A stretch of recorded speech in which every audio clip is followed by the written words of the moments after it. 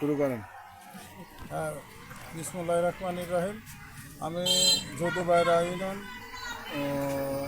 2 নম্বর word UP সদস্য।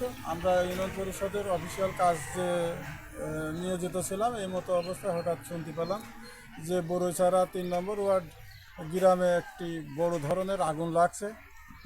আগুন লাগার আমাদের ইউনিয়ন পরিষদ থেকে শুনতে পারি আমরা কয়েকজন ইউপি সদস্য এবং সংরক্ষিত মহিলা আসনে রাজিয়া ভাবি এবং সংরক্ষিত মহিলা আসনে সেই ইউপি সদস্য মরিয়ম ভাবি এবং 3 নম্বর ওয়ার্ড ইউপি সদস্য আনিস সহ আমরা বেশ কয়েকজনকে ঘটনাস্থলে এসে দেখতে পাই।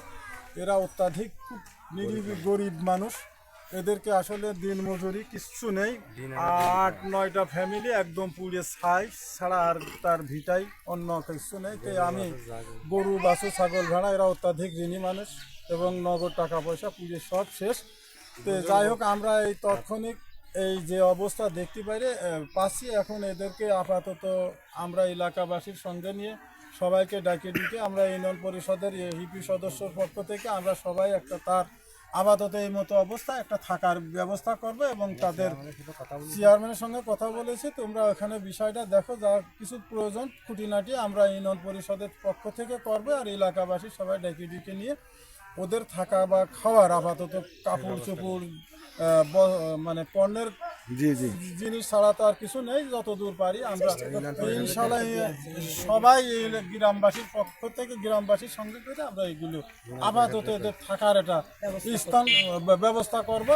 আর এই মতো অবস্থায় সবাইকে আমি অনুরোধ করবো, এত বড় বিপদের সময় সবাইকে সাহায্যের হাত বাড়াবেন, সবাইকে সহযোগিতা করবেন এবং সরকারকে বলবো আমরা যে এই বিষয়টা একটা গরিব মানুষ পুড়ে ছোঁয়া, এর উপরে কয়েকটা ফ্যামিলি অবশ্যই এদেরকে সরকারিভাবে ব্যবস্থা আমরা যতটুকু যা ইনশাল্লাহ ইউনিয়ন পরিষদের পক্ষ থেকে এবং উপজেলা নির্বাহী পক্ষ থেকে যা যা করার আমরা ইনশাল্লাহ। তবে একটা কথা হচ্ছে এই বিষয়টা কিন্তু আপনারাই ভালো পারেন, একবারে মিডিয়া আর আপনারা হলো জনগণের প্রতিনিধি, আপনারাই টিওন মহোদয়কে অবগত করতে পারেন। যেহেতু এই বাড়িওয়ালারা তো আর পারবে না, সেই হিসাবে আপনি বলেন।